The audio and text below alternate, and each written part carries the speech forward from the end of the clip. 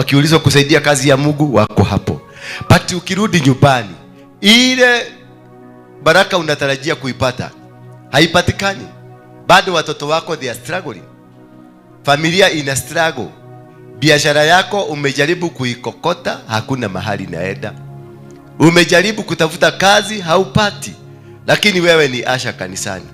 Every time you are always there to serve God. But this God is not reciprocating. This God is not answering your prayers. Maana we expect when you are doing, umekuja umeserve Mungu, umefanya kila kitu ni mzuri, you are okay, kila kitu kinafanyika, you are the most obedient church person in the kanisa, saa 12 unafikaga, hata furo ikikuona inangaraga peke yake basi kwa sababu inajua itangara. Bwana Yesu asifiwe sana. Lakini watu wakiangalia, hata ukikuangalia hivi, tunatafuta huyo Mungu, unatuambia hayuko kwako. Ile mavazi umevaa, sura yako tu, hata mavazi unaweza kuvaa mavazi mzuri lakini sura ikatae. Maana dada yako anaweza kukuletea mavazi yake na dada yako kuna mavazi mzuri uvae, lakini sura inasema huyu mtu amevaa nguo ya kupatiwa. Maana sura imekauka. Because there is no blessing. And it's very important to know the God you are serving must be seen in you. Bwana Yesu asifiwe sana. If indeed you are serving the God who is the owner of silver, the owner of gold, the owner of universe, the owner of everything. Bwana Yesu asifiwe. Juzi tuliona matatu hapa Gongu zimeandikwa hazina kwa sako, hazina kwa nini, zikatafutwa zikatafika na zilipatikana za nani? Mtoto wa Ruto. Kwa nini? Hazina sako na hakuna polisi anashika. Hazina nini? Hakuna polisi. Hakuna mtu anaweza kwa sababu ni za mtoto ya mfalme. Hata kama wewe ni askari usikie gari ni ya mtoto ya Ruto, hata kama imekanyaga, si utaenda slowly. Sasa wewe baba yako ndio mwenye gold, ndio mwenye silver. Utajiri yote ya dunia ni ya baba yako wa mbinguni. Lakini angalia sasa wewe, kuna mahali mnaitanisha na baba yako? Sura yako, mavazi yako, maisha ile unaishi inashikana hata kidogo na huyo baba yako mwenye silver na gold? Utakuta hakuna. It is the opposite. Ni kama baba yako haishi, ni kama hauna baba, ni kama wewe ni mtoto ya yatima. Bwana Yesu asifiwe sana. Kwa hivyo tunataka kujiuliza, ni kwa nini hata kama umejitolea, ni kwa nini hata kama wewe uko mstari wa mbele, hakuna kitu umeitishwa haujatoa? Ukaenda kwa pastor fulani akakwambia kuna dhabihu utoe, ukatoa. Ukaenda kwa mama mwingine mkolini wa Kireba Getune akakwambia utatoa kondoo, utatoa kuku, ukatoa. Ukaenda kwa mwingine ukaambiwa tutoa shamba, ukatoa. Yani hakuna kitu dunia hii hujatoa. Lakini huyo Mungu ambaye unatoka kwa sababu yake hajaonekana kwako. What could be the reason? Unatoka hapa umehubiriwa vizuri, umepokea baka umeanguka hapa, baka anointing imeonekana kwako. Lakini ukifika nyumbani unakutana na mzee anakuambia ubwa hii umetoka wapi? Ndio saidi umetoka umaraya yako. Unashindwa kaimaka, kwani huyu Mungu anakuwaka wapi? Huyu Mungu tumekuwa na yeye, hata ndiye alinigusa nikaanguka. Hata nilisikia mkono ilikuwa hiyo ni Mungu kabisa, nikaanguka. Sasa nikienda kwa mzee, huyo Mungu hanitetei. Umeonewa mpaka kasini. Nobody is able to stand in with you. Unashabuliwa center left right. Na umetoka fasting 14 days. Umetoka fasting 7 days. Ukitoka tu hata kabla hujatoka gate ya fasting, ndio unasikia kasimu mama akipiga simu. Ithaje roge. Tushamania thibitari mwana ni agwire na ndarahuye na ithari mwana akuletie gukura ritho. Na ukitoka kule ulikuwa maombi, wale mlikuwa naomba na wao walisikia ujumbe ya kwamba milango imefunguka. Bwana Yesu asifiwe sana. Na hata wakasema venye Mungu amesema wewe unaenda kubarikiwa. This week lazima upate baraka. Lakini kabla utoke kwa gate ya prayer center, unasikia mtoto unaambiwa mpite padio, maana ambulance imepita padio ikipeleka mtoto hospitali. Sasa unaenda ukijiuliza what happened? Bwana Yesu asifiwe sana. Where is this God? Why is so like he is not existing? Why is so like he is fake in our life? Because some of us Christians tumefika mahali pa kujiuliza hivyo. kuna kuwaka na Mungu kweli? Ukiangalia maisha yako venye iko, venye umefanya, venye umejitolea, unajiuliza niko korogo Ngai, because he's a God.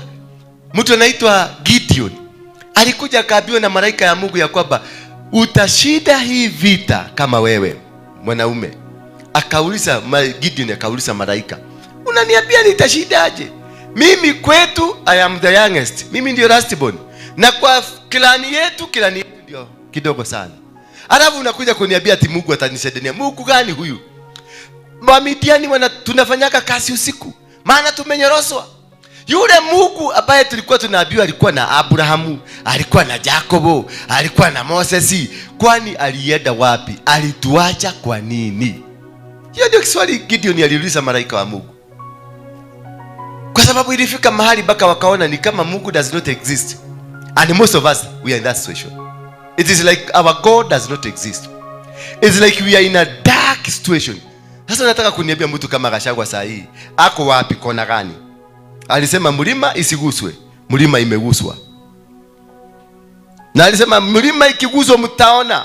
Sasa hizi mlima imeguswa na watu jaona kitu. Tulikuwa tunafikiria tuna dhade zitatokea huko. Wale wote wa mlima kama nyinyi si mmejikuja tu mnasema olioka. Na bayani mlikuwa nasema Matikohuti akachagua wito. Matikohuti akachagua wito. Sasa ameguswa. They are debating about him. Na bunge itamwagusha, Senate itamwagusha. Hiyo kuanguka lazima ataanguka, atashindwa. Lakini hatashindwa. Bwana Yesu asifiwe sana. Lakini hatafanya nini? Atashindwa. Lakini hatashindwa. Bwana Yesu asifiwe sana. So I want us to unravel what is that. Atashindwa lakini hatashindwa. Wewe umeshindwa lakini hautashindwa. Bwana Yesu asifiwe sana. The face value of what is happening to your life umeshindwa. Hata nikiangalia sura zetu nyenye nyote, you are so desperate for a solution. Venye mnaangalia sura kama msichana huyu venye anaangalia na macho ya huruma, aone kama Mungu atashuka kwangu aanguke alafu amwende amsaidie. But umeshindwa for now, lakini hautashindwa. Whatever that is happening at you, wale watu waliona Yesu akipigwa, akiwekwa kwa msalaba. Si uliona Peter paka aliruka? Peter alimkana. Kwa hivyo venye aliona huyo jamaa amekamatwa hivi, aliuliza mlikuwa na huyu jamaa? Akasema aje? Na alikuwa ameambiwa utanikataa mara ngapi? Mara 3. Alipoulizwa wewe mlikuwa na huyu mzee? Na akajifanya anaenda. Sasa unajua mtu mwenye ameona hatari venye mtu mwingine amekanyagiwa pale, anaendaga tini ni mtom. Hata simjui. Akaulizwa swali lingine, ulikuwa na huyu mzee? Akaulizwa ya 3, maana unabii lazima iketimia. Alikuwa ananiambia utakataa mara ngapi? Ya 3 ndio alikumbuka, wow, na niliambiwa nitakataa Yesu mara 3. Bwana Yesu asifiwe sana. So kuna mambo ambayo yanasababishaga tuko kanisani, tunamwabudu Mungu na tunakaa na Mungu vizuri, lakini kuna vitu vimetuangusha, na ndio maana hatupokei baraka. Ndio maana we are not receiving the blessings of God. And this is what has failed a Christian of today. This is what has failed everybody, including myself. Maana tumekuwa na tatizo. We are talking of a great God. Tunazungumzia Mungu wa maajabu, Mungu mkubwa, lakini huyo Mungu kimtafuta ndani yetu hatuna. Huyo Mungu namzungumzia ndani yetu hayuko, because kuna vitu ambavyo tumevifanya zimetuzuia kufika hapo. Kitu namba 1 inaitwa familiar spirit. Familiarization. Familiar spirit ni ile roho ya kuzoea. Bwana Yesu asifiwe sana. Mimi ni mchungaji wako, lakini tumepelekana mpaka tumezoeana. If I was to release anything from based on the anointing iko nayo na tumezoeana na wewe, hiyo anointing haitakuja kwako. Ile kitu wakati tulikuwa na mazoeano na wewe, kuna kasi niliachilia na wewe hukujua. Ndio naonaga sagine naonaga watu hapa wananionaga wakati gine wanaona wananihepa hivi. Ni kwa sababu ninatengenezaka sura nikwambie hata kama tunapendana na wewe, niko na sura ingine, na nikiachilia sura uniondokee, kwa sababu nataka kukulinda, maana umekuja mno nuoka ke mno. Na watu wengi kanisani they have failed because walitembea na apostle siku moja, wakafikiria hiyo ndio maisha tutakuwa tukienda, wakafikiria tutakuwa tukiongea hivyo, kwa sababu nimekuja nimepiga joke. Sasa niaje, umeshidaje mambo ya na nimekukosa siku nyingi. Sasa wewe ukatoa ile mafuta ulikuwa naogopa, ukaniweka mtu sasa wa kawaida, kutoka hapa tukaanza kupelekana kama wa kawaida. That is a curse. Hiyo kitu itazuia baraka yako. Na watu wengi kanisani, wale leaders in the church, ushers in the church, praise worship, watu kama hawa wa kamera, watu ambao tuna interact na wao kila wakati, most of them they are prone to this problem ya kuzoeana. Yule mtu anatengeneza kikombe ya chai, huyo ni mtu ako kwenye hatari kubwa kuliko yule mtu mwingine wote. Yule mtu anakuja kwa secretary yako, anakuja hapo, kuna wakati utanikuta nikiwa kemodo, mimi ni modo, si mimi ni mtu, na wewe ni secretary wangu, na utanikuta wakati niko sasa mtu, ule mtu ambaye hajakobolewa, kwa sababu kuna siku kio kitu kinakujaga, na utanikuta nikiwa kwa hiyo style, na nitakuangalia hivi nikufugia jicho nikwambie, kwa sababu kuna siku masecretary wanafaaga. Unajua masecretary ni tempting sana. Kuna wakati anaweza kuvaa katikati kamemshika vizuri, kuna wakati anaweza kuja amevaa kaguo hapa katumatiti tukamemshika mzuri, na kuna wakati anaweza kuja kwa sababu tumezoeana, yeye ananipatia kama karatasi kachai nini, wakati ule mwingi tunakutanaga hapo, na mimi kimutu sasa hiyo nimelala huko, tumesubuana na mke huko nyumbani, nikuja naangalia goni agera mno. Macho ni macho. Macho hijui apostle. Ama nafikiri macho ni apostle? Macho ni macho. Hata kama nimeokoka, nimeongea na Yesu saa hii kuja hapa, hii macho itakuangalia tu. Ukiwa mama akikaja hapa, akaye ikagua kafike hapa, macho itakuwa inageuka tu. Hata nikihubiri, hata nikienda hivi, utaona ni kama niko na problem ya shiko, maana kuna kitu inanivutia. Bwana Yesu asifiwe sana. Na hiyo ni kwa sababu ya familiar spirits. Because you no longer recognize the anointing of God. You are recognizing the man, not the man who is anointed. There are two people. Kama sasa tuko hapa kanisani, mimi mnaniona hapa, kuna Mr. Waroike na kuna Apostle Waroike. Bwana Yesu asifiwe sana. Na ukijaribu ugeuze meshiria maku kidogo tu, uanze kuona Mr., utaona vitu vyote vya Mr. Na ukiona vitu vyote vya Mr., utaona sura mzuri, kanguo kazuri, karuga mzuri, mwanaume mzuri, toro dakade hadisamu, kila kitu. Na wewe ni binadamu tu, naye mwili yako inaanza kufeel hiyo toro dak, hiyo mwanaume mzuri, huyo Mr. anaanza kukufuruta. Na kwa sababu shetani anakuaga hapo ready, unavurutika. Sasa na mimi pale nimekaa kwa kiti hivi na nimepikiwa mayai, sasa hii nimekula mayai na nimekula kachai. Mwili iko na joto. Sasa mama amekuja hapa, anakuja kwanza huko ametengenezeka, unajua wanaume tunaangalia huko nyuma. Anatembea hivi, anapita hivi, anapita hivi. Macho yangu itaangalia, itatembea na yeye. Saa hii karibu nikikuja hapa, karibu nigoge gari. Na mimi ni pastor. Ni nini? Kimama kilipita hapo na skirt. Nikakiangalia hivi, karibu nigoge gari. Makaka ingine akaniambia wewe dereva tuende. Nikakumbuka nimeokoka. Nikasema Mungu nisamee. Kwa sababu hii haina control. Bwana Yesu asifiwe sana. So when you are here in this church, the same spirit can come to me and you. Na nitafikiria immediately when I reduce myself to that level, or you reduce yourself to that level, kuna kuwa na kitu kinaitwa familiarization. Tumeanza mazoeano. Now you can talk to me anyhow. Na mimi ni apostle. Bwana Yesu asifiwe sana. Kwa sababu tumezoeana. Wewe sasa huyu ananiambia etiga wana. Wewe koroba na wana muige. Yeye kwake ni jokes na amepita. Lakini the anointing in me inamngoga. Yeye aliona Mr. Kube mimi ni apostle. Bwana Yesu asifiwe sana. And that is what has caused people to stagnate in the church. Look at yourself. If you are stagnated now, it is because a familiar spirit entered you. Ulizoeana. Ukatoka kwenye level ya heshima ya mafuta, ukaingia kwenye level ya mapenzi. Ukaingia kwenye level ya ubinadamu. and that one will cause you to suffer forever. Forever, not yesterday, not tomorrow, forever, because you have grieved the Spirit of God. Bwana Yesu asifiwe sana. You better, hata Biblia inasema afadhali utusi Mungu, but you don't grieve the Spirit of God, because when you grieve the Spirit of God, you commit a sin called a spiritual sin. A spiritual sin inapelekanga mtu 10 good generations, not 5. You will suffer 10 good generations because of a spiritual sin. Spiritual sin, it affects and grieves the Spirit of God directly. And that is why most of you, all of you can see, hakuna mtu hajatoka kanisa ingine amekuja kanisa hii. Nikuulize swali, ndio utoke hiyo kanisa ulikuwa, Yesu hakuwa anahubiriwa huko? Alikuwa anahubiriwa. Ukienda mara ya kwanza kabisa kwa huyo bishop ama huyo pastor, ulikuwa umeona mtu wa Mungu, na ukiingia huko baka ulikuwa unapiga magoti, baka ulikuwa unatetemeka ukimuona. Lakini as time iliendelea, ukazoea huyo mtu. Sasa hata umuonagi.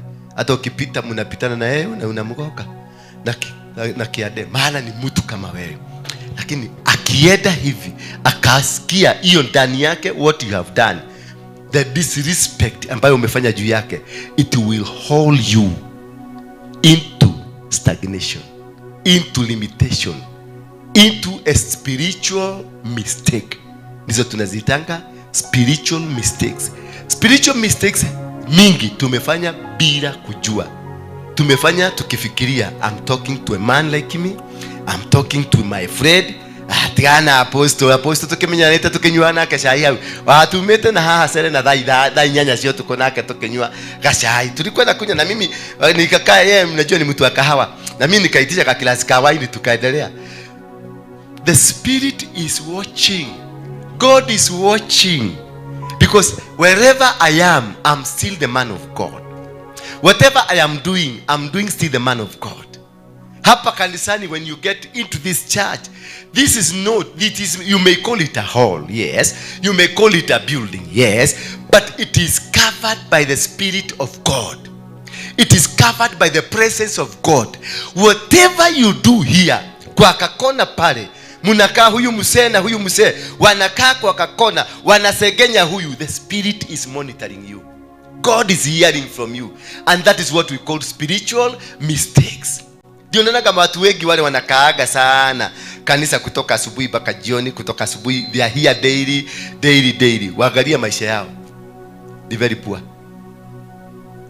Maisha yao, they are always poor, very stagnated, because walikaa wakazoea. So for them is a normal way, ni maisha tu kawaida. Kwa sababu yeye amekuja, maybe ni Asha, maybe ni huyu wa kuiba, ama maybe ni huyu wa kamera. Wamezoea, maana huyu wa kamera ukimuuliza sana, umuigilie sana, utafute Mungu ndani yake hana. Because yeye anajua anakujaka kuchukua nini? Kamera, na kazi yake kisha anaenda. Ukimwambia tuombe anashindwa, mnaomba nini na yako kazi? Bwana Yesu asifiwe sana. Nike mraho. Ukimwambia hii kamera kanisani, it has a spirit, you need to speak to it. Unaiombea, maana inaweza kuchomoka hapa, ameshika tu uone miaguka chini, ama yeye mwenyewe ameshika hivi uone ameaguka chini, because we are fighting demons. Lakini kwa sababu amezoea, kazi ni kamera peke yake, that will keep to haunt him. Ndio tunaita spirit, tunaita familiar spirit. Hawa waimbi, hawa unaonaga waimbi, these are the most affected people. Because akikuja aimbe Monday, aimbe Tuesday, aimbe Wednesday, aimbe Thursday, aimbe Friday, na kitoka jioni anasema hatuna fare, wanabeba kafea, mwisho wa mwezi labda kanisa inaona kanisa inaonelea hawa watu wanakuaga na nyumba, mpatie ka 10 ama 15 waende walipe nyumba. Wanafika mahali wanaona it is normal. Na kutoka hapo yule Mungu ambaye agetafutwa anapotea. Because it is normal. When it comes normal to you in the church, when it comes normal to you when you are serving God, when it comes normal to you in whatever situation, you are dead spiritually. Umekufa. Until you know to distance distance yourself from the Spirit of God, or to the man that you are serving under, or any woman that you are serving under, until you are capable to distance yourself from the presence ambayo yuko hapa. Ujue hii ni sanctuary, ni nyumba ya Mungu ambayo haihitaji kuingizwa masengenyo pale, ama kuangalia watu na jicho ingine, ama kuzungumzia aposto wako hapa hata kule nje. Until you know to distance yourself from that, you are spiritually dead, and you are operating in a generational curse that will carry you for the 10th generation. That is what we call spiritual mistakes. Spiritual mistakes, they are the mistakes that we do in the spirit. Spiritual mistakes ni spirit, ni vitu zetu tunafanya while in the presence of God, while in the presence of an institution which people are, or you are serving, whatever position you are serving in the church, it can cost you deadly. Na ndio naona watu wengi kanisani, they are dry. Mtu anajua kuiba, yes, ataiba nyimbo mzuri na atakuwa entertainer. There is no spirit, because worship is supposed to bring the spirit. Ushers na worshippers are the same. An usher in a church is supposed to bring the Spirit of God, to maintain the presence. That is why you are an usher, ushering in the Spirit of God. Therefore, if you are not ushering in the Spirit of God, what spirit are you ushering in? The spirit of the devil.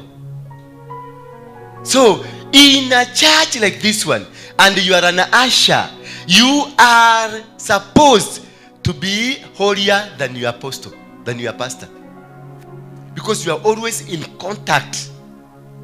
You are always in contact. That's why umeitwa ukuje ukae hapa. You usher the presence of God all through. You are the person to maintain the fire. That is why you are being called an usher. If you are a worker, you are working here, wewe ni mtu wa kufagia. You are not only fagiaring, wewe hata kufagia. So uliona Mosili alisema operation fagia majini, operation fagia mapepo. Yes, alitumia kifagio, but you are not supposed, we are supposed to be here. Wewe ambao unafagia, you are supposed to maintain the presence of God. You are supposed, whatever iko hapa, ukimaliza kufagia, unazungumzia hizi viti, unazinenea neno la Bwana. Kama haukunenea, then ulinenea neno la shetani. Bwana Yesu asifiwe sana. You are the foundation. If you are working here, you are the foundation of the church. You are the basis of the Spirit of God in the church. Otherwise, kama unakuja tu kwa sababu umezoea, mimi ni kazi ya ni storekeeper, mimi ni wa kupika, mimi ni wa kufagia, mimi ni wa kamera, mimi ni usher, and there is nothing that can be related to you, to the serving God, then you are hopeless and useless. You don't deserve to be anywhere God is being worshipped. Wewe na mtu yule anafanya usinzi pale Karumaido, you are one and the same. Yule mama anafanya usherati hapa hii inaitwa ni Karumaido ama hiyo ingine? Siko inake ya hapa. Ile mzee sana za hapa River Road. Sabina Joy, mtu Joy. Sabina Joy. Wewe na mtu wa Sabina Joy, you are no different. Mtu wa Sabina Joy anaendaka kasi akigojea mwanaume akuje. Hakuagi na mwanaume amepigia simu atatakuja kesho. Adhiaga kuogoteka. Wewe ni asha umekuja hapa. Wewe ni worshiper umekuja hapa. Wewe ni waka umekuja hapa. Wewe ni nini umekuja hapa. Wewe ni believer umekuja tu hapa. Kukara. Gotire kuhoya umekaa tu. Hata wale mnakuja kaa hapa mgopewe. Naonaka mmekuja tu mmepanga viti hapa mmekaa mnangojea apostle akuja aliye kigoke mwe. Hiyo haigianagi. Ukiingia that place, we have sanctified this place. And that is why I'm speaking to the workers. That is why I'm speaking to the ushers. That's why I'm speaking to the worshippers. That's why I'm speaking to the workers of this place. Because you are supposed just to enter. Ukiingia tu ile mlango pale, unasikia the presence of God imeingia. You don't need to see the apostle. You don't need. Ukiingia tu pale, you don't need to meet the apostle. Maybe uingie kwa apostle mwachie giritano mwambie Mungu akubariki. You don't need prayers from me. Because already the house is on fire. The presence of God is high. The presence of God is so powerful. Ni kukufu, yani unaingia tu. Maana wale waliingia, maasha waliingia, wale walifagia, wale walifungua kifunguo ya pale storekeeper, na wale watu wote wanafanya hapa, kuna moto waliwakisha. Na wale walitoka jana usiku, kuna moto waliwacha. So the presence of the Holy Spirit is powerful and strong. Lakini ukiingia pale unakuta, maana Asha mwenye yako hapa, wale wafanyikazi wako hapa, wengine hata walipiga kakona pale, ni Asha maybe, but for sure I'm not referring to any one of you here. Please, a disclaimer. Musiende mkisema ati yako negenete muthi kara kaletio, no, hapana. I'm using you because you are my children. Bwana Yesu asifiwe sana. Na kama utaki kutumia, I have to use you. Muda hodaki na shana shaka nebo. You give example with your children because I want to train you to become the best. So ni disclaimer tu. Mutigadi mukiuga gida sema kama Asha maku mari aganu ate. No na madha meirwa mode. I am teaching.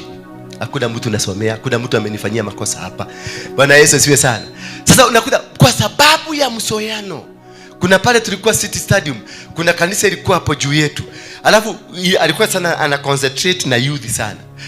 Pick youth from colleges anakuja na wa train. So these boys walikuwa naenda juu, yani kwenye tulikuwa 3rd floor na yeye alikuwa 4th floor, lakini the 5th floor is a roof, an open roof, lakini covered a little bit. Usiku hawa vijana wote walikuwa napanda na wasichana na huko juu. Sasa ukienda huko unakuta ile mipango inaendelea huko. Ni nduru tu, wasichana wakipigishwa duru na vijana wakiongea maneno yao hapo juu, na wakimaliza wanateremka wanakuta apostle, ni alikuwa apostle, pastor maybe, alikuwa apostle. Nani alikuwa huko siku hiyo? Ali apostle, sitaki kumtaja jina yake, but whatever he was, wanamkuta naye amekuwa ako kwa room yake akitayarisha the sermon. The man, that pastor, nitamlete hapa siku moja, is an orator, a good speaker, a word, ako na neno. Akishika microphone hivi nyote mnasimama, neno linaingia. Lakini wale wameteremka baada ya neno lingine, wameteremka. Sasa watakwenda kiangalia tu pastor akingangana, akipiga neno. Kula neno. Bwana Yesu asifiwe sana. Walikuwa wamemzoea. So mimi nilimwambia, mimi wakati nilijua kumiedo, nikaweka mtego, nikajua kumiedo, nikamwambia pastor, mtu wa Mungu kuja. Nikamwambia tunyemelee tu pole. Kanisa iko nini? Hapana, wewe tulia tu. Twende tu. Tukaenda pole. Na najua mapasta tunachukiana, hatupendani. Alikuwa anipedi, lakini I needed to tell him, man of God, whatever you are doing, the work you are doing, because kusikilizanga ukihubiri. Sometimes naambiaga watu watulie tusikilize hii ya huko juu, maana ni jamaa anakamata neno sana. Alafu ministry yake ni ya youth, the thing that I really wanted, I really like. So tukaenda Tito ni usiku kesha Tito, kwa sababu vijana wote walifikiria wameenda ije kujitayarisha kwa sababu ya kukuja kesha. Tukaenda tukamwambia sasa sikiliza.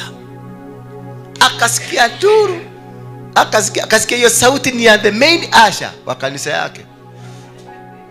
Nikamwambia tuende, hawatusikii maana temperature zote zimeenda na pressure zote zimeenda. Tukanyemelea, tukasimama nyuma yao hapo. Pastor kaangalia hivi, aliniambia twende, wachana na wao. Tukaenda, lakini sasa wakatusikia. Walipotusikia walifikiria kulikuwa na giza, walifikiria hatukuwaona, tulikuwa tunapita wote wa ndimi ramashangandarabo tetere sheteteke kama yari shetere bosha. Nikaambia, this is the children we are serving.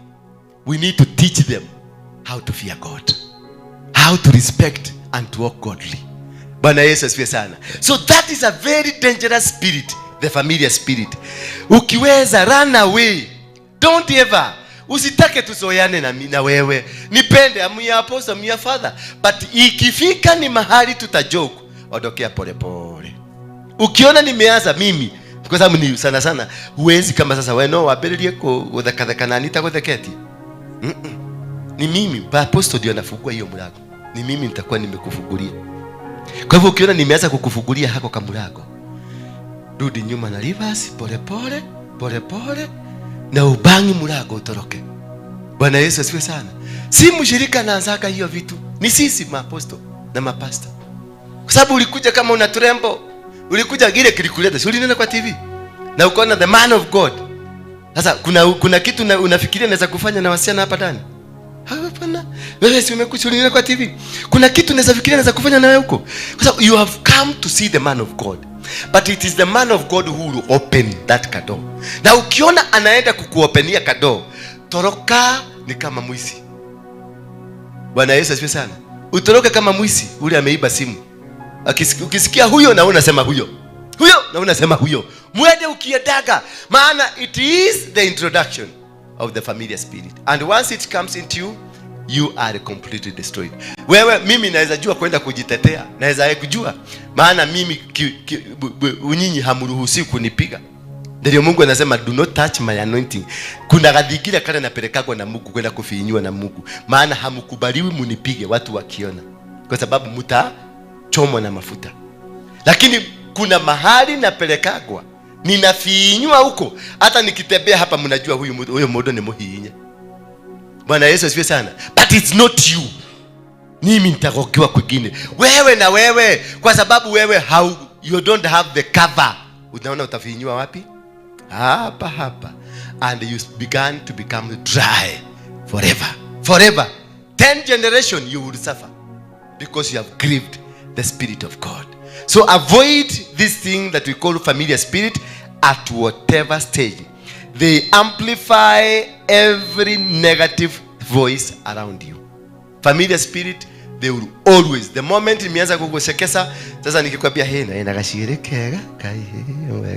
So from now nimemshika hivyo, what will be amplified? Negative voices. Negative voice. Kwa sababu nilikuwa nimeona mama mudhigu, mama wa kanisa, immediately nitaanza kuona nena tomaida toega, smile yake ni mzuri, ena putujega.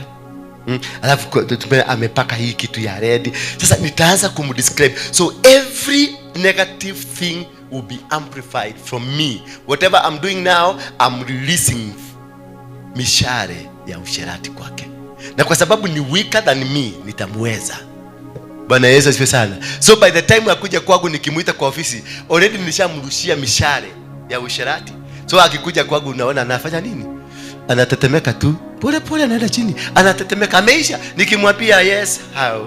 Ukwenda atia. Oliogiga modo wa Ngai. Basta na oliogiga. Kwa sababu already nishamweaken. Bwana Yesu asifiwe sana. And that is how many people are weakened. Wale wameenda kwa waganga, wale wameenda kwa watu wa Mungu, they have been weakened that way. Bwana Yesu asifiwe, because I am stronger spiritually. I am powerful, and any word that is coming out of my mouth, it is power. It has fire. Bwana Yesu asifiwe sana. Number 2, that causes you to fail to get God's blessings, it is the lying spirit, the spirit that is lying, a lying tongue. That whatever mahali popote ulimi ambao unadanganya kila wakati, ulimi huo utakusababishia kukosa baraka za Mungu. Maana kila kitu unachokinena, jambo lolote unalolina liko na uongo. Unabii ni uongo, kodioma ni uongo, anything niliota ni uongo, niliona ni uongo. Kwa kila kitu kilicho kwenye ulimi yako, maana ulizoea, ulipata the spirit, familiar spirit. Moment the familiar spirit gets into you, the next spirit that gets into you, because it has been accommodated by the familiar spirit, it is a lying tongue. When you conspire against a man of God, when you conspire against yule mtu ambaye mko naye, ati unaweza kufanya kakitu, ndio niwekee hii bagi iko hapa, naweza kuweka hii bagi hapa, ni ya huyu, najua ni ya huyu, lakini niweke wapi? Niweke hapa, alafu nikae kwa sababu najua mwenyewe anakuja, mwenyewe akikuja anaangalia. Na kumbe nilikuwa nimemwambia, unaona wale vijana wawili, ukiwaangalia vizuri unaonaga wanakaaje. Hebu angalia kwa ubali. Nilikuwa already nisha prepare the ground. Now I'm waiting. Last week ndio niliprepare ground. Sasa hawa vijana wanakujaga. Sasa kwa sababu tunataka kufukuza hawa vijana, na huyu ndio strong woman kwa kanisa, nitachukua tu bagi yake nikuje niwekele wapi? Sasa mama akakuja angalie bagi. Apostle, unaona te bagi yako? Ndiye amiona. Kaheka ate. Umuko ukomigete ko. kaireti kiaragai yani no makoro ni moyoro riu lakini ndirakwirite wewe kunina ishikani theno tareke tumesharia sasa unaita Penina kujeni tutafuta hiyo bagi I will set somebody else si yule ataipata nitaseti mtu nitamlete wapi hapa nimuonyeshe tutafute bagi akitafuta si ni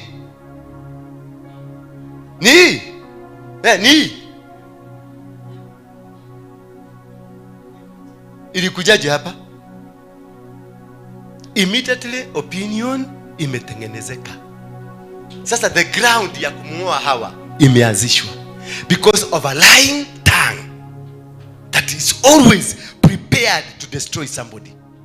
Unakuta wataisha, they will not have huyu ni mama strong, mimi niko hapa, mimi ndio nireset hiyo game na nimeita Penina maana ni mama wa kanisa anajulikana mwenye yako heshima. Sasa yule atakuja kama witness ndiye amepata, mimi nikiwa apostle. Ni hapa mnafikiria ni hapa? Pole mama, pole. Kuna hebu angalia, kuna vitu zako zote ziko. Because na crowd tunafanya nini? Hawa tunawatoa. And that is has happened in churches. Backstabbing. Watu wamedugwa visu kanisani. Watu wamebusiwa lakini kwa nyuma tua anawekwa hapa. Anaedaga unakuta mtu alikuja kanisani akiwa straight. Anaedaga hivi. Kwa nini? Vile maneno amewekewa, ile midugo. Ndio naonaga stakaki watu wakuja kuniambia mambo ya unabii ati niliota nilifanya nini? Hiyo ota na utabiri wewe mwenyewe. Kwani huyo Mungu anakuzungumzia ajui ya mimi niko na mtu? Atakuja because through hizo dreams unasikiaka nilionyeshwa nikuikalete dona vision. Nilikuwa nimekaa tu nikaona kitu imepita hivyo. Kuna jamaa alikuwa anataka kutuharibia kanisa tukio zaidi. Bali ile city stadium nilionea maneno. Niliona maneno. Kuna yako kapasta niliwaambiaga juzi. Kalikuwa nataka kakue pastor. Kanisa kalikuwa kameniotoa, alikuwa na tulimkata siku moja amevaa nguo ile mwekeraga kajo. Amevaa egalie. Ikiwa upside down. Na amepiga magoti kwa Biblia ya red. Alafu nguo ilikuwa upside down. Hiyo ni nini? Mchawi. Sasa huyo mzee, huyo ni kijana fulani. Siku moja Wednesday kama hii baada ya mahubiri, kwa sababu alikuwa mtu wa kuigia na nilikuwa nimemwanza kumwamini. Sasa akakuja akasema haleluya. Alikuwa si mtu wa kuongea mingi. Haleluya. Ni kuikalete hapo. Tona hali ofisi ni ya apostle. Siku nilikuwa naitwa Reverend. Tona apostle au Reverend. Tona kegui Yokogwo kekira ofisi. Dake na gikarire gite kia apostle. Alafu kehubete nguo cia apostle. Sasa hiyo ni message gani? Umpwa ni nini? Na imeenda kwa nani? Ilikuwa imevaa nguo za nani? Kwa hivyo ni nani? A lying spirit that is meant to destroy your family. Mzee anakuja tu unajua ni mzee na anajua anakutafutia makosa. Bwana Yesu asifiwe sana. Anakutafutia makosa. Atahakikisha ataekelea kitu kwa mesa na hautajitoa hapo. Atahakikisha kuna kitu amefanya ndio akukamate na makosa. Bwana Yesu asifiwe sana. That is what we call the lying spirit. Most of us here, we are victim of the lying spirit. A lying tongue. We are victim of the lies cooked to finish somebody. Cooked to make sure ati mtu fulani ameangamia. Kuna watu hata wanashikaka simu yako. Anachukua message anajitumia. Dia aende akasabase kwingine. Bwana Yesu asifiwe sana. Watu wamemalizwa na message. Kuna wengine they edit messages. Ifiti ile anataka, alafu inatumiwa bwana yako. Alafu anarudi anaandika kama message, sorry it was not meant for you. Lakini already ushasoma na umeona ni fulani. Sasa umepatwa bego, ukienda nyumbani unakuta bibi yako na muuliza, do you know this message? Do you know a lady by Lillian? Yes. Who is she to you? Ni rafiki yangu, my best friend. Okay. Can you read this message? Wenye amenitumia what you are doing together. Nani ka statement ya ame-edit. Ameweka si najua mnatemeaga na an. Ameweka an. Sasa nakuonyesha tu hivi. na anatoa haraka haraka, usione, usisome, understand vizuri. Kutoka hapo unasikia ukienda kuongea kidogo unaekelewa slap moja ndiye ikurudisha chini. Ukienda kuongea tena nawekwa teke tu, unaanguka sasa chini na anakukanyaga kwa shingo na kuambia ninakumaliza leo. Bwana Yesu asifiwe sana. Because of that lie. If you don't have a discerning spirit, kuelewa what kind of this man is. Huyu kabla afugue mdomo yake, any statement yakiachia, ninamjua, nitajua haune maheni. Huyu akifungua tu hivi, maana nyinyi ni watoto wangu nawajua, and God has blessed me with a discerning spirit. So whatever mnaongeaga hapa, mimi na hiyo ndio kitu ya niliomba Mungu sana. Hiyo niliomba, hiyo mafuta ya kudizani niliomba Mungu, kwa sababu nilijua ministry ile Mungu amenipatia si ya watu wazuri, ni wakora na majambazi. Maana mimi nilipitishiwa kwa maisha ya ujambazi na ukora. Ukitaka kujua ministry yako, angalia kule umepitishiwa. Kama umepitishiwa hospitali, uko na ministry ya nini? Ya healing. Kama umepitiliwa kwa shida, kulala njaa, kuna nini, ujue utakuja kusaidia watu siku moja. Bwana Yesu asifiwe sana.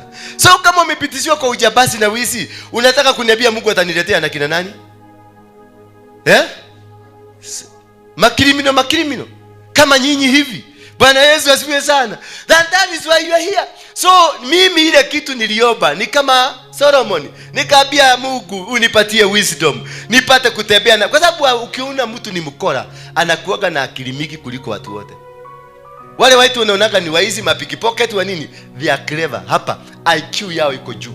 Una imagine ninaingia kwa mfuko ya huyu mzee hapa na haksi key, na ninatoa pesa na ninaenda naye na ninamwacha tu hapo.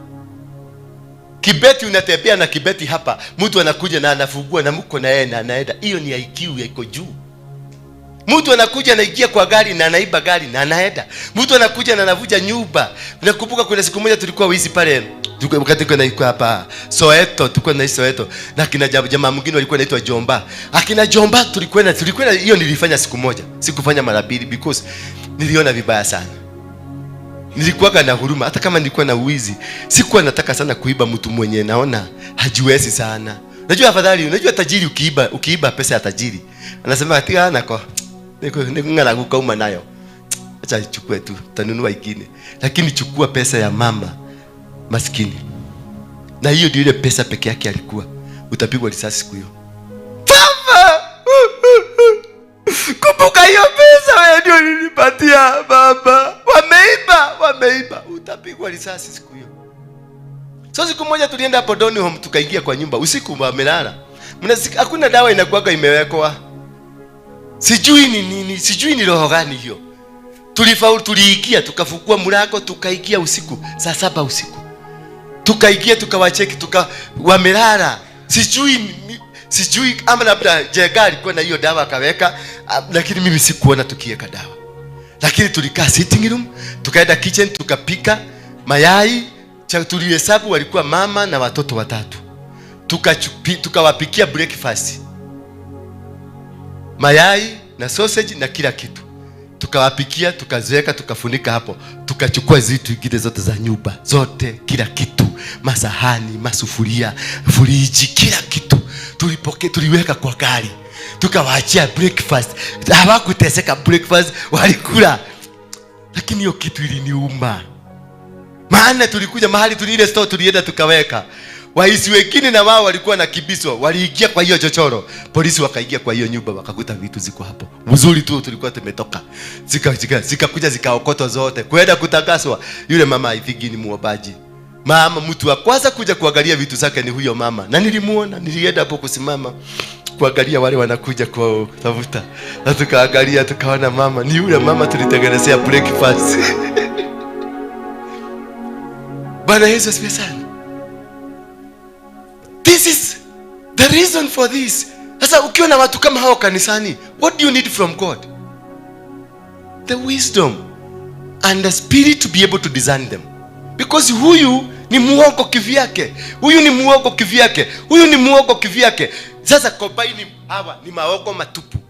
1 2 3 4 5 6 7. Maongo 7 ziko pamoja differently. Na zote ni wewe zimemulikia. Wewe ndio zimetarget. You need a lot of God. una need kuomba Mungu sana. You need God. Unakuta wengine ni wachawi hapa, wengine hapa hata naona wachawi watatu hapa. Wengine ni wachawi, anakuja papa siri, anakuja amekuwekea kitu, anataka kunishika. Kuna wengine hapa, mama wako hapa, ni mama lakini anaonaga mimi nikiwa kijana. Bwana Yesu asifiwe sana. Na atakuja na jaro zake ni mgonjwa, atakuja ni kifua, lakini hakuna kifua.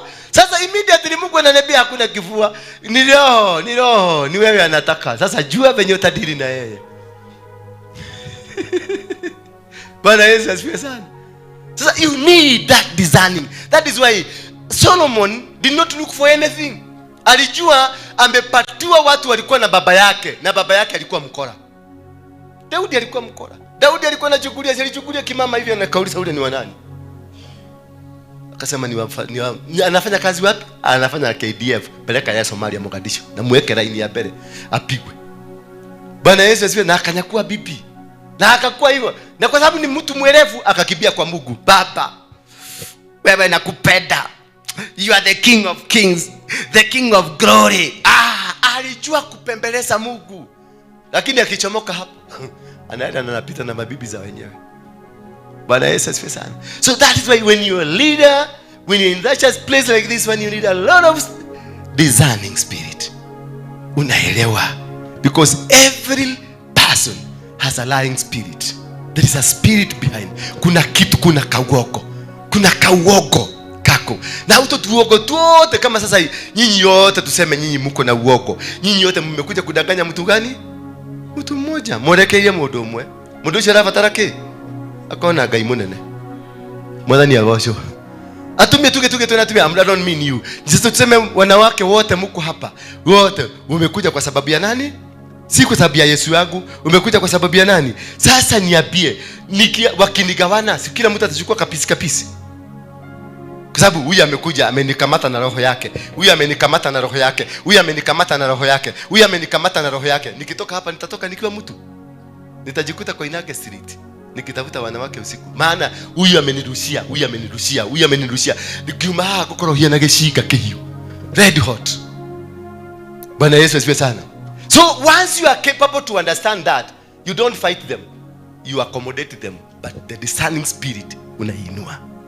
And that is how we run our families. That is how we run our marriages. That is how we run our businesses. Because every step of a human being, there is a step of the devil.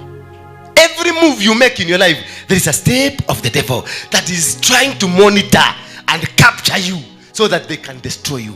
The devil has a plan always to destroy you, and God has a plan always to make you better. Angalia boma zako. Wale ambao wameolewa na wale wameoana sio kama sisi.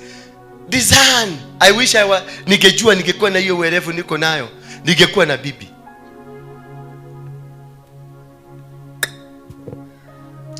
Ugetoyo wage tagokanike. Ede. Bwana asifiwe sana. The power in the book of the Proverbs 21:23. Proverbs 21:23, somebody. You need to release any word that the enemy can use and amplify. Release. Neno lolote ama kitu chochote ambacho kiko kwa moyo wako, kiachilie. Ambacho adui anaweza kukitumia, kiachilie, usikifanye kikuwe kuishi katika maisha yako. Whoever guards his mouth and tongue keeps his soul from troubles. Bwana Yesu asifiwe sana. Whoever does what? Whoever guards his mouth and tongue keeps his soul from what? From troubles. You are in trouble because of your tongue. You are in trouble because of your mouth. And your soul is being fought. Not because it was supposed to be fought. You could have protected it. You could have protected everything that's around you if you guarded your mouth. If you guarded your tongue. Jizuie kuogeaga ovyo ovyo.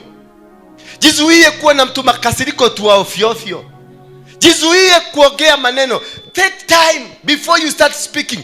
Take time before I tell you, Naona hiyo mamako nyuma yako, hebu mwangalie. Mwangalie na usimwangalie vibaya.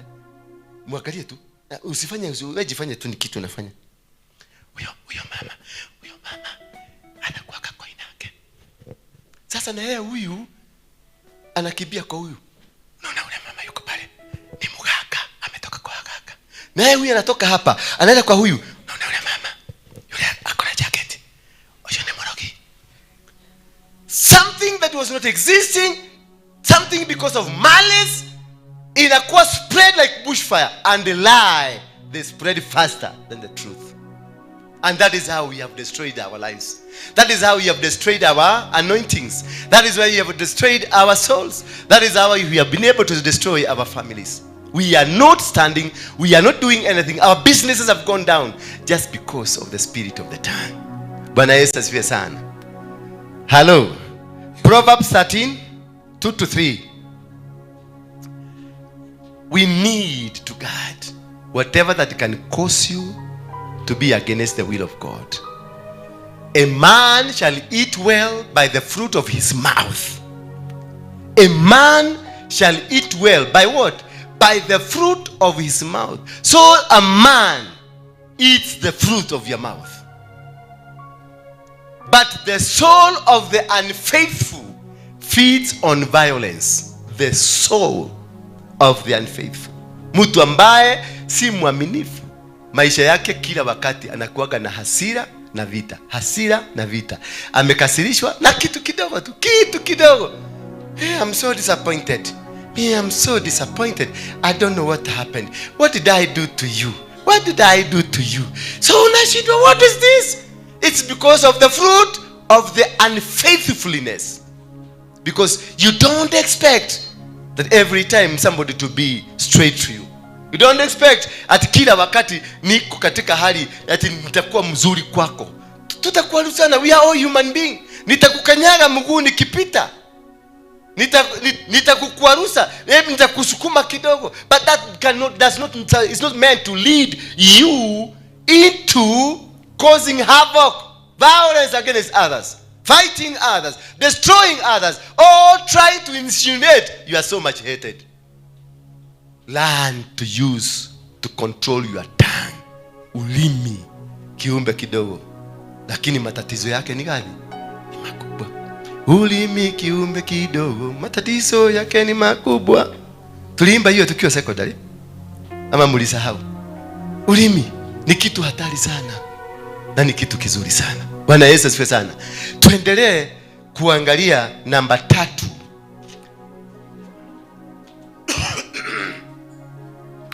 Namba 3, it's mind control spirit. Roho inaitangwa the mind control spirit. Roho ambayo ina control akili za watu. And that is what we call witchcraft. Witchcraft, urogi. Mind control. Ndio iko kitu kinini? Wanadaiwa nake. Ndio kehujio. Ndio kenyita go hado. Thank you. The mind control witchcraft. I want to tell you today, because so many of you think witchcraft ni ile unaendea kwa mganga. Witchcraft kubwa. Witchcraft tulisoma hapa juzi. Tulikuwa na nyinyi? Tukajua wachawi ni wangapi walikuwa kanisani siku hiyo? Wote. Ambao tulikuwa kanisani sisi zote tulikuwa wachawi. Maana your mouth alone is witchcraft. Whatever you are releasing, neno ambalo linatoka kama si neno nzuri, that is what we call witchcraft. And the witchcraft can cause damage to so many people, can cause damage to many things that are happening in our life. Witchcraft ni ya maneno unazungumza kinyume na watu wale wengine. Yale maneno unazungumza kinyume na plani za watu. Yale maneno unazungumza kinyume na kazi ambazo zinatuhusu.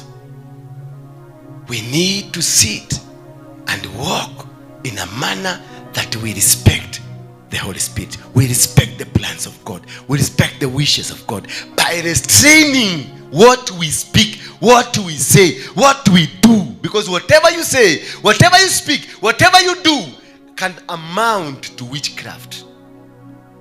Nyinyi mnaonaga wale wameenda kwa waganga, mnaonaga wale wamebeba vivito, lakini you are the greatest witch around us. You are the greatest witch. Wewe ni mrogi mkubwa na uko kanisani. Ile maneno unaachiliaga maneno gani? Unaachiliaga maneno ya baraka, maneno ya masegenyo. Kama wewe umewahi kusegenya mtu, you're a witch, mkubwa, mrogi. Kama wewe umewahi kukasirikia mtu kwa sababu hakuna no reason, wewe ni mrogi mkubwa. Kama wewe umeanza kujitetea kuwa na ni kama unachukiwa, ni kama unadharauliwa, ni kama unaonewa, wewe ni mchawi. Hello. Because anything that is controlling your mind, that is what we call witchcraft. Anything that is controlling your mind in a negative way, it is witchcraft. So you need to live and walk to understand what kind of maneno gani ninaweka kwa mind yangu. Is it positive or negative? If you are always seeing that you are being offended, always you are seeing that people is like they don't like you, watu ni kama wanakuonea, watu ni kama wanakuchukia, watu ni kama nini, ukama the thing that gets in your mind ni negative, you are a great witch, mchawi munene ambaye ile kitu kiigizwa, the more unaweka hiyo vitu negative kwa kichwa yako, the more you damage your heart, than the more whatever you release, whatever that comes from your mouth, it is an abundance of what? Yeah? It's heart. Kwa hivyo ukiona mtu ni msegenyi, alipatiwa bongo ili release information kwa heart ka release information kwa mdomo. So huyo sasa ndio anaanza kukua mtu wa kuroga watu wale wengine, kuzungumzia watu wengine ni wabaya, kuongelelea huyu ni mbaya, huyu unamuona venye alikuwa, hata ile nguo alikuwa amevaa, hata venye alikuwa anatembea. Apostle jana alikuwa amekasirika, ni kama amekoseshwa, ni kama amekuwa. Siku hizi unaonaga, siku hizi fulani walikuwa kitembea na apostle, siku hizi ni kama amewekwa nje. Siku nyingine nikaona fulani alikuwa hapa kanisani, akapatiwa ndio aoshe pale kitchen kidogo, akatoa kireba kaeka chini, ikakuwa ni topic ya kila mtu. Ateraigirire ofisi aragutakire baragwithia the baka ikakaka kisemekana atere une morito nikiataroka kanitha. Wachawi, that is witchcraft, and that is what has caused you not to receive the blessings of God. Whatever you do that it hurts, whatever you do that is not from God, that is not of God, it will cause you not to be blessed at all. It doesn't matter how spiritually anointed you are, if you have not been able to guard your mouth stops the blessings of God. Bwana Yesu asifiwe sana. Number 4 and the last one, the spirit of shame. Roho ya aibu. Atisi roho ya aibu, hii roho inakuwaga kali. The reproach, and this is what we normally call the reproach of Egypt. Yani ile kujiona ni kama haufai. Kai nie dikiota kwa lia mbele yado. Mami, nataka utuhubirie kidogo.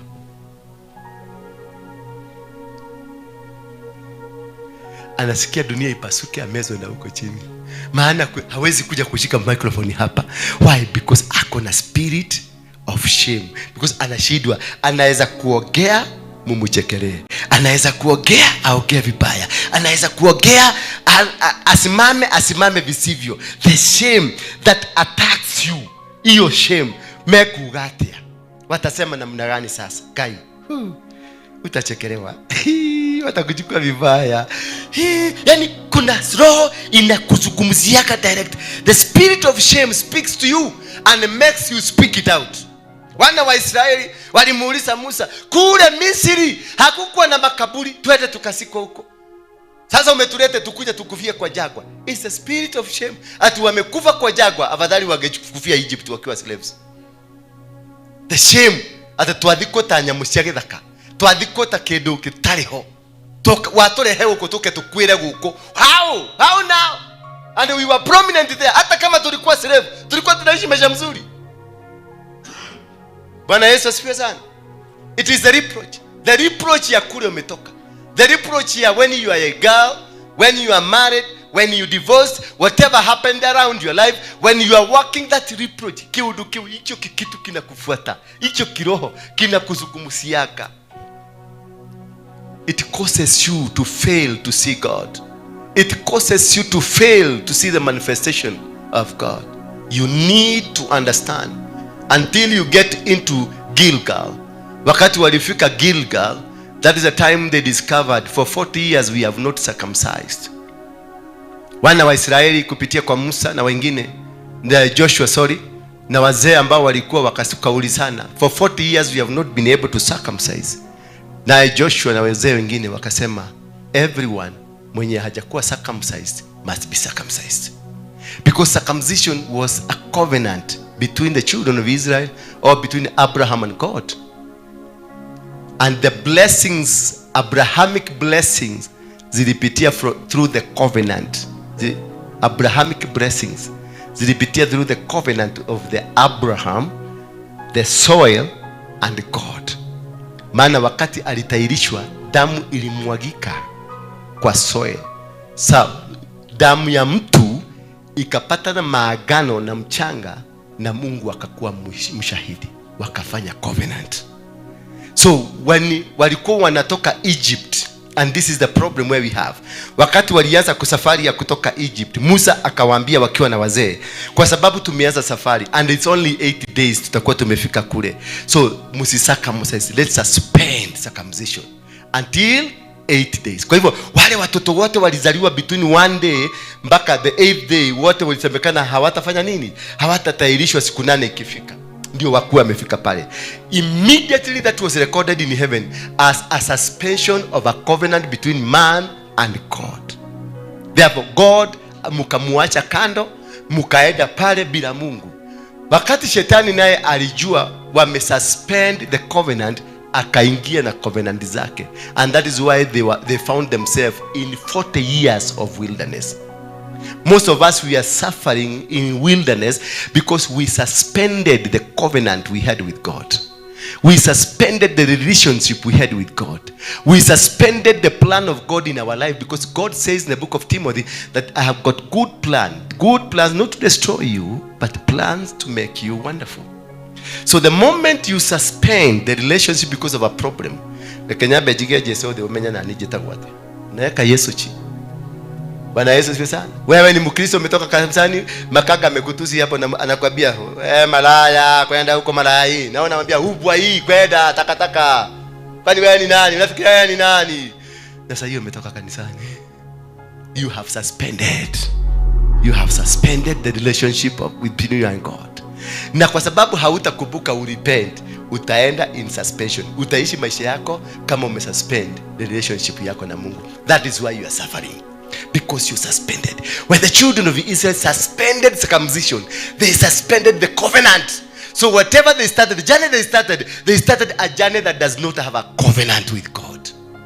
Until when they got into Gilgal, that is when they discovered for the 40 years hatuja circumcisiwa. And the people who discovered are not the people that came from Egypt, because people who came from Egypt, they all died in the wilderness because they didn't have a covenant with God. The ones that survived ni wale walizaliwa in the wilderness, and these are the people ambao waliingia ndani Gilgal and they were circumcised. After they were circumcised, what happened? The reproach of Egypt ended, because the covenant has come back. Immediately they were removed from Gilgal and taken to Bethel. What do you call the name Bethel? What's the meaning of the Bethel? Yeah? They got into the house of God. Once you return the covenant, you get back to God. Most of us here, we have quarreled with people. Most of us here, we have done many things. Most of us here, mulipanga kapulani, ulienda kwa ofisi ya serikali kwa sababu kuna papers ulikuwa unataka haraka haraka, ukatoa hongo. You suspended God for a little bit. Lakini after suspending God, haukukumbuka kumchukua mahali ulimwacha. So all along you've been walking without God. All along you've been coming to church but without God. All along that you've been preaching the word of God but without God. Because there is a time you suspended God and you never went back to pick him, to go with him. Ask your neighbor, at what point did you suspend your God? Muulize tu, muangalie kwa macho. Acha kumuogopa. Muangalie kwa macho, muulize, at what point ulisuspend Mungu? Ni hawatiganĩire na Ngai. Muoranĩirwo na Ngai ha. Tondũ nĩ ũgĩũkaga kanitha rĩ, na nĩ ũtũraga kanitha, nĩ wĩkaga maũndũ marĩa mothe rĩ, nĩ hamuoranĩirwo na Ngai. Ni wapi ulisahau Mungu. Ni wapi uliweka Mungu kidogo ukamweka ndio uende pale upigane alafu ukuje? Mwadhani ya washo alikuwa gambut, kukakuwa jua ukamtoa. That is what has caused you not to be blessed. That act, it is not yesterday's act. It is not yesterday. It was not last year's act. Maybe it could be 15 years. That is where you suspended your God. But you've been coming to church. You've been doing everything in church. You've been everywhere. But you suspended. Did you suspend your God? Did you drop your God for 5 seconds? Dakika 5 peke yake ushughulikie huyo mama.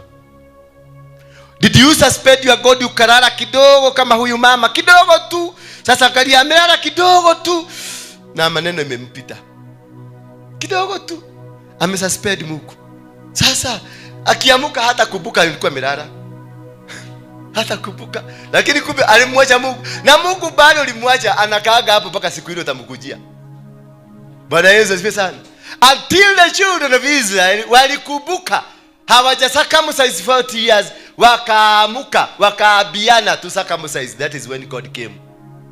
The grace of God inakuaga, but the covenant of God must be carried with you. But the grace is there for everybody. The grace, mvua itanyesha kwa maskini na kwa tajiri, kwa mchawi na kwa mganga. But the presence of God to have to walk with you, you must be in covenant with God. You must be in covenant. Abraham aliambiwa na Mungu, nipatie mtoto wako. The only son you have, Isaac. The son that you love. God was testing Abraham. Na akaambia Abraham, nipatie, mpeleka kwa mlima pale umchinje. Abraham, because he knew this is God who is speaking to me, and this child comes from God, he never wasted a second.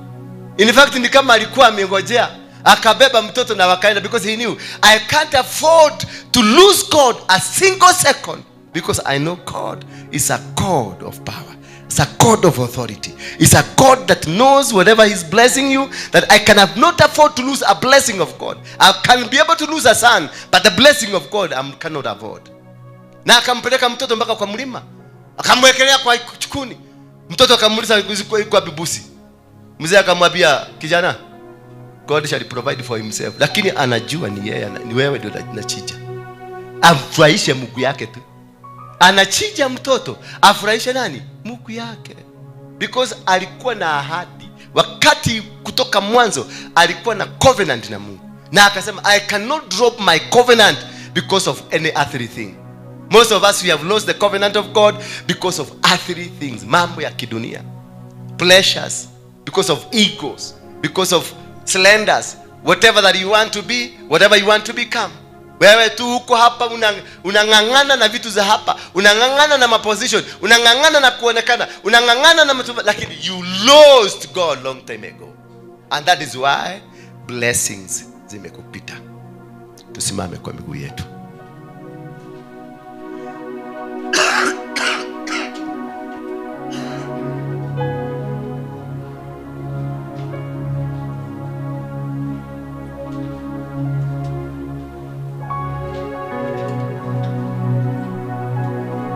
Now, as I finish, nataka msimame hivyo. As I finish,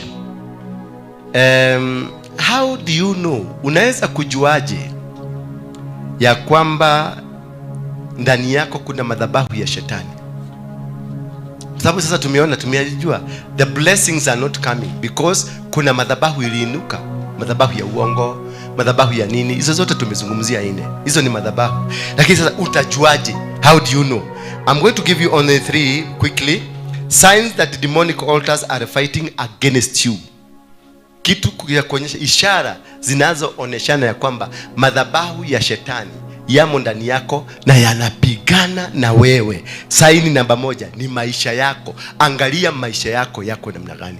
Angalia maisha yako ya biashara, maisha yako ya ndoa, maisha yako ya ujana, maisha yako ya kila aina. Look at your life. Utajiangalia na utaona hapa wewe uko mamudhali.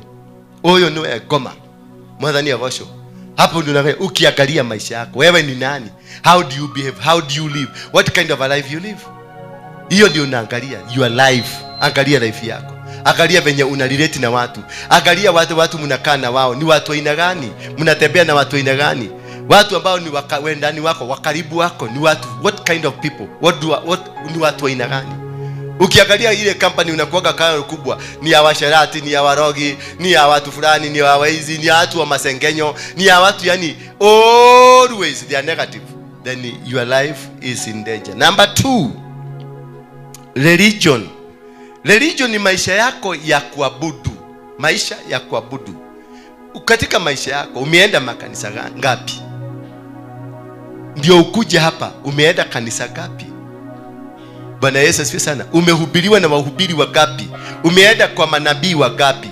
Na umeenda kwa waganga wangapi? Umeenda kwa watu wa hao, the spiritual life, the spiritualist, watu wote. Ni kwa mawariki mangapi umeenda? Ukiona umeenda kwa huyu, umeenda kwa huyu, umeenda kwa huyu, wewe uko na shetani katikati.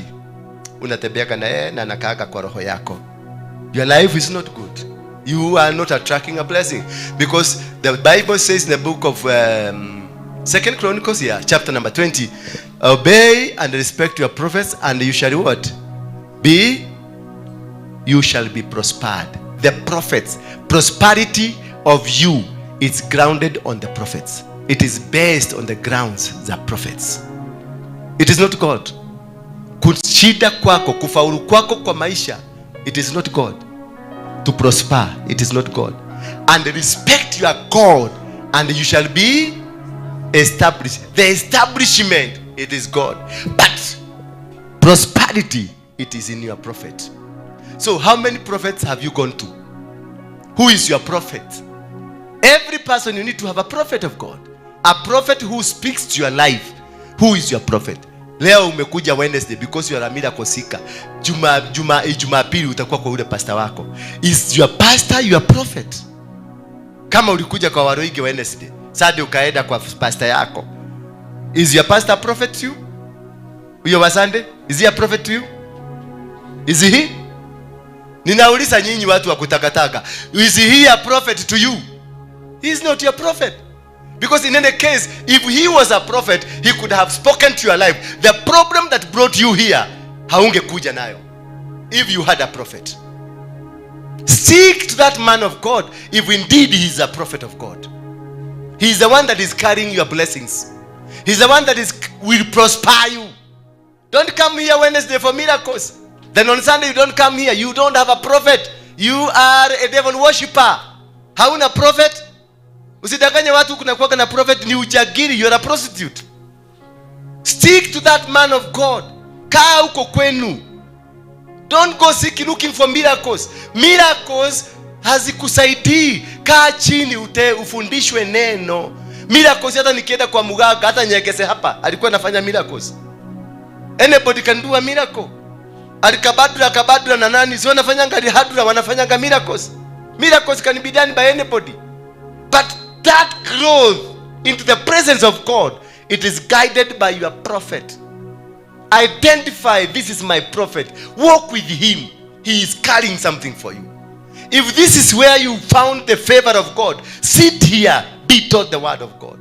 Waje kwenda kudanganya hiyo pastor wa Sunday. Maana he cannot perform a miracle hiyo unakuja kutafuta hapa. Why are you under him?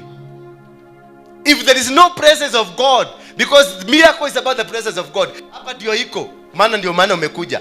Kwa unakaa na huyo mkifanya nini naye? Are you getting me? Stick to that man of God. Don't come here on Wednesday kama uko na kanisa ingine. Enda huko kakaa na huyo. Wacha ukora. Ulimwambia ukikuja hapa? Haukumwambia? Na ukikupigia simu hapa ati nikwenda kwa na utatoroka pale nje upige uende mahali hakuna kelele. Uko wapi? Goketa kuona mtumio wa Kenyatta. Have you come to expect God to do anything to you here? Nothing. Keep off moving from one church to another church. Stick to that one church. Stick to that one man of God. That is what you require for your healing. Healing is in you. It is not in the apostle. Healing is in you. The prosperity is in you. So becoming what you want to become is in you. Build a covenant, a relationship with God. And they will not be moved. Why are you moving from one church to a church? Sasa ukitoka hapa, anything isipofanyika utakimbia hapa kwa Manyuru. Kwa Manjuri ukikataa utakimbia kwa Ezekiel. Kwa Ezekiel ukikataa utaenda kwa Loliodo, ni Loliodo ama ni Loligo. Why? Because you don't have foundation, you don't have a relationship, and you don't have a covenant. Covenants, the covenant you have with God speaks in your life. What kind of a covenant you have with God? Your healing is derived from the covenant you have with God. Your prosperity is derived from the covenant you have with God. What kind of a God that is in you? Yes, I will pray, nitakuombea, I will speak a word, you will be blessed, but it will not be permanent. Utakuwa blessed because ya neema ambayo niko nayo. Lakini ukiondoka, uondoke kwangu, utapata unakutana na mashida. Because it is not sustainable. Sustain the relationship. Sustain the covenant of God. Sustain the walking with God. Sustain that God in your life. That is the only way you can be healed. And don't seek that your healing ya leo. Seek a permanent relationship with God that is covenanted, so that whatever that happens in your life is a success based with the power and the authority of God. Thank you. Therefore, may God bless you for today. As you lift up your hands, nataka tuinue mikono yenu, mlete sadaka zenu kwanza hapa. Leteni kwanza nisipokee, ndio nijue kama mmegawa za pastor wa Sunday na zangu leo. Mungu wa mbinguni akubariki. God bless you. Mudere sadaka. Ndehe kile gothe wina kihamu koshi. Mudere yaku ohora. Ndehe kiwina kiore. Isho. Sekere bahasha. Wodi mawuro modi. Sekere modi bahasha.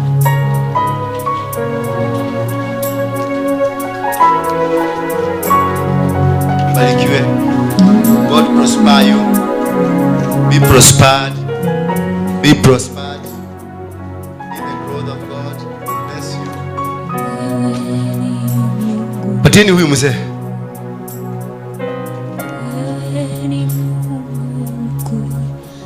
Weka kwa bahasha. Taburukia na utishigire. God bless you. God bless you. God bless you. God bless you. God bless you. God bless you. God bless you.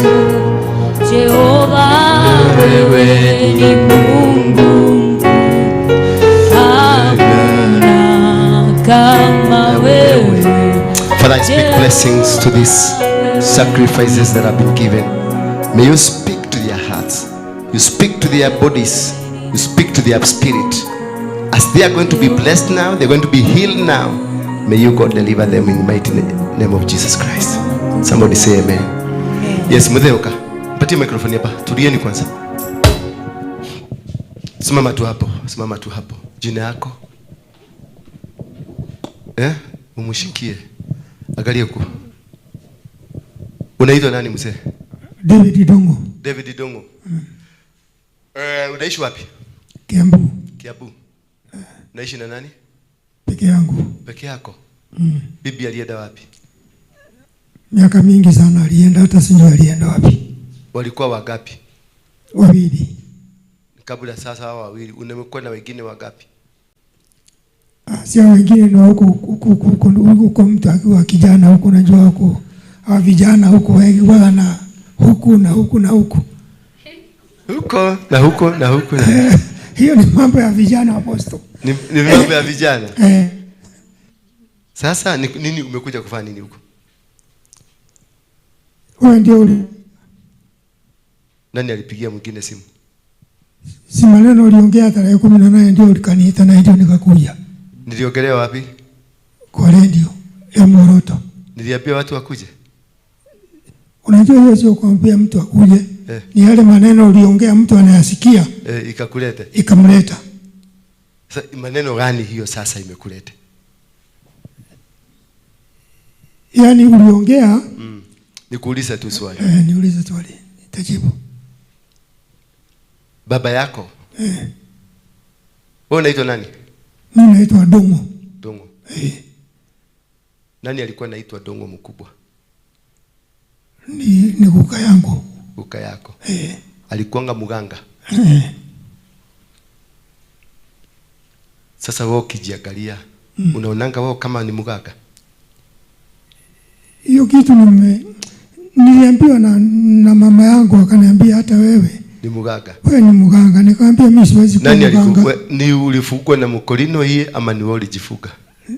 Hii nilifungwa na mkolino, lakini Mungu mwenyewe ndio kwanza alikuwa ameniagiza.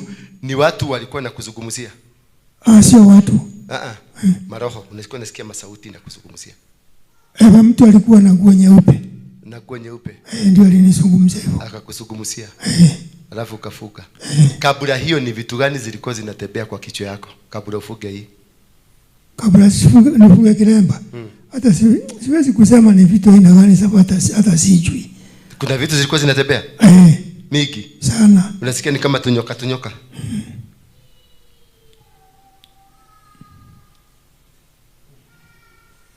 Sasa unataka tufanye nini? Unataka kuwa mganga, nikuteue ukuwe mganga ama nikuteue ukuwe mtumishi wa Mungu? Mimi siwezi kuwa mganga. Hapana. Lakini ulizaliwa kama lakini hiyo kitu nilikataa. Najua hiyo ndio imekufanya umekaishi maisha kama ya mwenda wazimu. Sasa hiyo Dongo, huyo mzee Dongo anakujaga kwa ndoto? Kitu kama miaka 6 hivi imekwisha. Imepita sasa, simuonagi. Tangu ufuge hii? Hapana. Yaani kinasema miaka 6 sasa uliacha kumuona kwa ndoto? Ni kama miaka 6. Ele mkono wako. Sema Bwana Yesu. Bwana Yesu. Bwana wa Mungu. Mwana wa Mungu. Naomba msamaha. Wa dhambi zangu. Na dhambi za baba yangu. Na wazazi wangu. Wote. Na hata ardhi niliyotoka. Na hata shamba niliyotoka. Maeneo nilizaliwa. Naomba msamaha. Wa dhambi za huko. Kutoka leo. Uganga. Umeondoka. Kwa maisha yangu. Mimi ni mtumishi wa Mungu. Nitazungumzia mambo ya Mungu. Lakini si ya shetani. Shetani. Wewe. Shetani. Wewe. Ondoka kwa maisha yangu. Hatuna mahusiano tena. Baba, katika jina la Yesu Kristo, ninavunja laana na any covenant, authorities and forces of darkness, the spirit of witchcraft, the ancestral spirits ambazo zimekuwa zikizungumza kwake. They are out in Jesus name. Yogo karadi pigeni Yesu makofi. Na ukage sande guko. Waigwa? Ukage sande. Tumia kanwa kau. Ukage sande. Nini ndemenyaga kiria giritumaga uke guko na ukainuka. Ginya kiongo giki giaku kiagire. Tondu turite muguruki miaka iyo yaku yothe.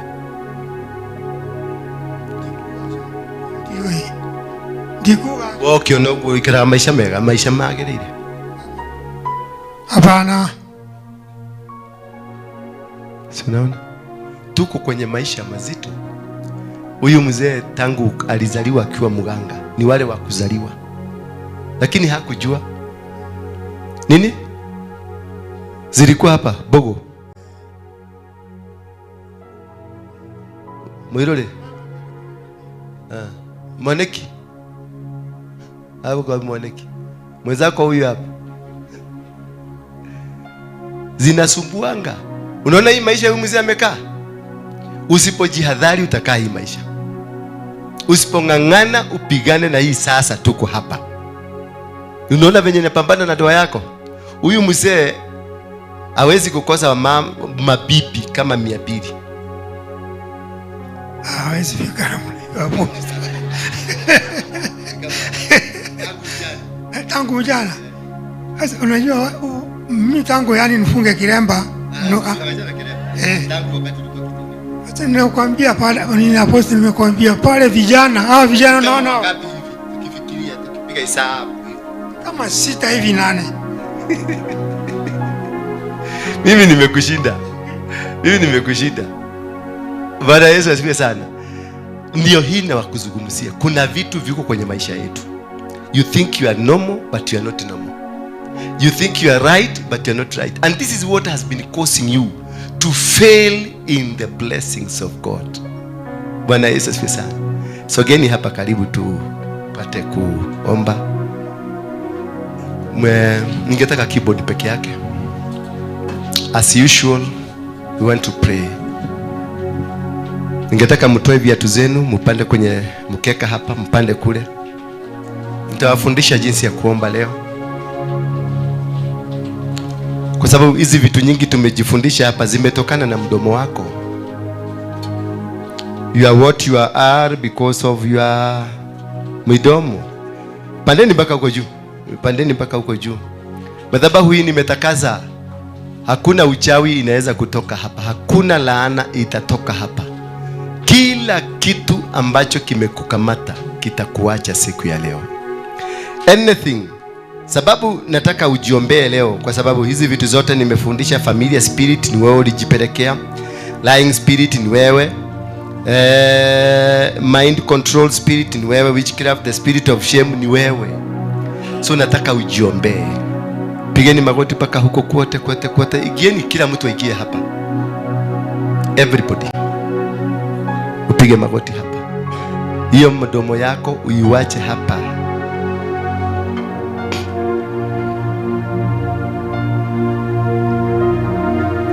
Bwana Yesu asifiwe sana. Fungua tu kinywa chako.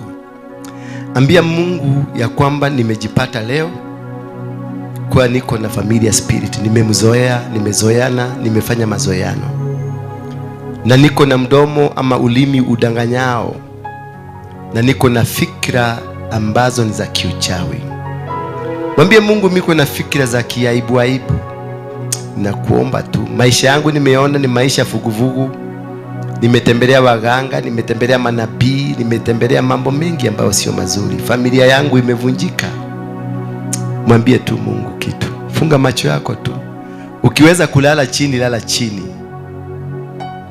Bwana Yesu asifiwe sana. Fungua kinywa chako tu. Just talk to him. Take your time. Talk to him, mwambie niondolee changamoto hii. Nimebebeshwa mzigo mzito ambao siuelewi. Umetokana na familia zetu. Umetokana na misingi ya kifamilia. Umetokana na mahali nilifanya makosa tu. Nikafanya msaha na mtumishi wa Mungu. Ama nikaenda kwa mganga nikapata covenant na watumishi wa kishetani wa ganga. Naomba Baba, siku ya leo nikumbuke tu Baba, maana wewe ni Mungu mwenye uwezo. Mwambie tu nikumbuke. Fungua tu kinywa chako. Tumia nguvu yako yote. Nena tu, hata kama ni kwa sauti. Usiogope mwenzako mwenye yako karibu na wewe. It is between you and God. Speak to him. Mwambie God, Baba, ninakuhitaji. Mwambie Mungu wangu, ninakuhitaji siku hii ya leo. Nigeuzie ulimi wangu. Nigeuzie njia zangu. Nigeuzie watoto wangu. Nigeuzie familia yangu. Nigeuzie tu. Nimejipata nikipiganisha watu. Nimejipata nikiongea uongo. Nimejipata nikitumia jina lako Mungu kwa njia ya uongo. Siku hii nahitaji tu nifungue tu. Just help me to come out of this.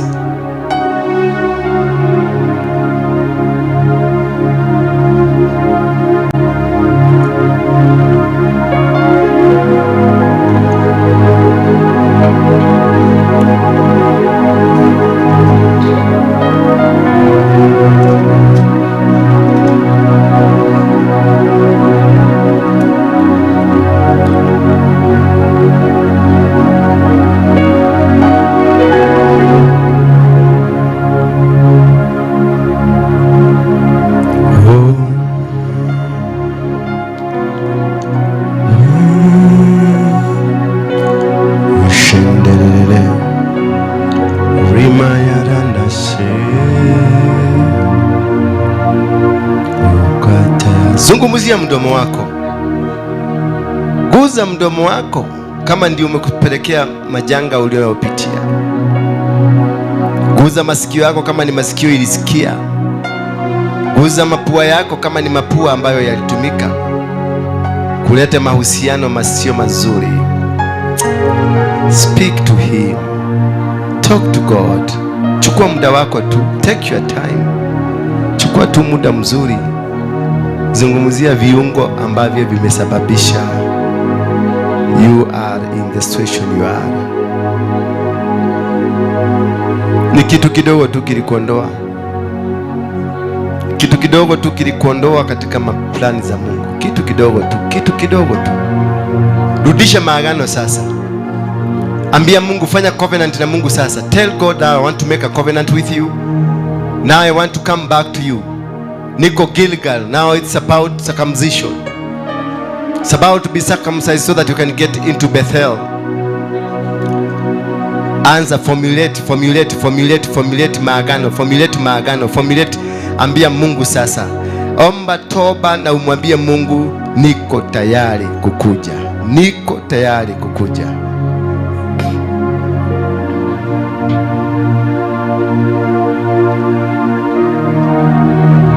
Niko tayari kufanya maagano mapya.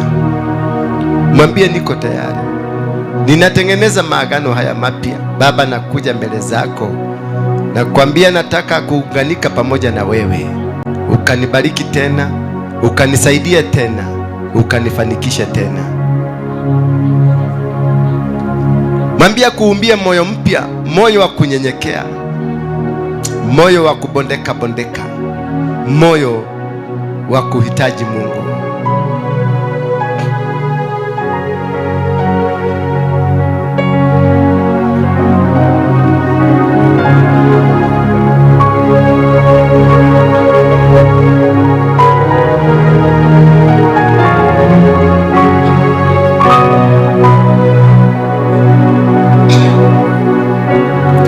Asante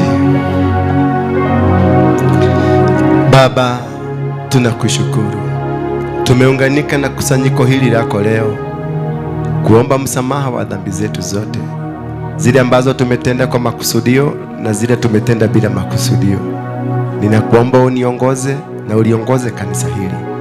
Watoto wako hawa wamekuja na malilio mbalimbali kupitia mambo ambayo yamefanyika katika maisha yao. Wanakuhitaji. Zungumza nao, ponya miili yao. Wengine ni wagonjwa, wengine wanapitia changamoto za kifamilia, wengine wanapitia changamoto za kifedha, wengine wanatafuta kazi, wengine wanatafuta biashara, wengine wamelaaniwa, wengine wanapitia kwenye majanga ya kifamilia, maeneo waliotoka na wazazi wao waliokuwa waganga. Bwana, shuka sasa kwao, wabadilishie majina yao, wabadilishie jinsi watakavyoishi katika dunia hii. Wanakuhitaji. In Jesus name we pray. Somebody say amen. Tusimame tu kwa miguu yetu. Kama umesikia, you have spoken to him. Alafu tusimame tu pande huu mwingine. Ningependa simama tu hapo. Simama, wengine simama ni tu hapa. Simameni tu hapa, simameni hapa. Kujeni kwa hii ya juu. Tuondolee hizi. Tuondoe maua. Toa hii. Toa hii. Agnes, toa hii. Karibieni hapa. Nikaribieni tu karibu. Nataka niguze kila mmoja wenu. Songeni tu hapa. Yes. God. Yeah. Funga macho yako tu. Sema, Bwana Yesu, mwana wa Mungu, ambao ulikuja hapa duniani, ukatundikwa kwenye msalaba kwa sababu ya dhambi zangu. Damu yako ilipomwagika nikakombolewa. Siku hii ya leo nimekuja kutengeneza maagano mapya. pamoja na wewe, ukaniandike upya kwenye kitabu cha uzima. Niwe mtoto wako, niwe mtumishi wako, niwe mwanafunzi wako, niishi kwa mapenzi yako. Naye shetani, kutoka leo sina maagano, maandishi wala mazungumzo na wewe. Mikataba yoyote ambayo nilifanya na wewe shetani, bila mimi kujua ama nikijua, kutoka siku hii ya leo, mikataba hiyo nimeivunja. Mikataba hiyo nimeivunja katika jina la Yesu Kristo. Fungua kinywa chako, mwambie Mungu asante. Mwambie Mungu asante kwa kunifungua siku hii ya leo. May the Spirit of God be on you. Roho wa Bwana shuke kwako. Roho wa Bwana shuke kwako. In the mighty name of Jesus Christ. The mighty name of Jesus Christ. May the Holy Spirit fill you now. May you be filled by the Holy Spirit now. Pokea nguvu mpya iliyo na maagano kutoka mbinguni. Pokea nguvu mpya iliyo na maagano kutoka mbinguni. Pokea nguvu mpya iliyo na maagano kutoka mbinguni. Receive a new covenant. Receive a new covenant. Receive a new covenant. A new covenant is come. A new covenant is come. A new covenant is come. A new covenant is come. A new covenant is come. A new covenant. A new covenant is come. The Holy Spirit now. The anointing now. Receive the freshness of God.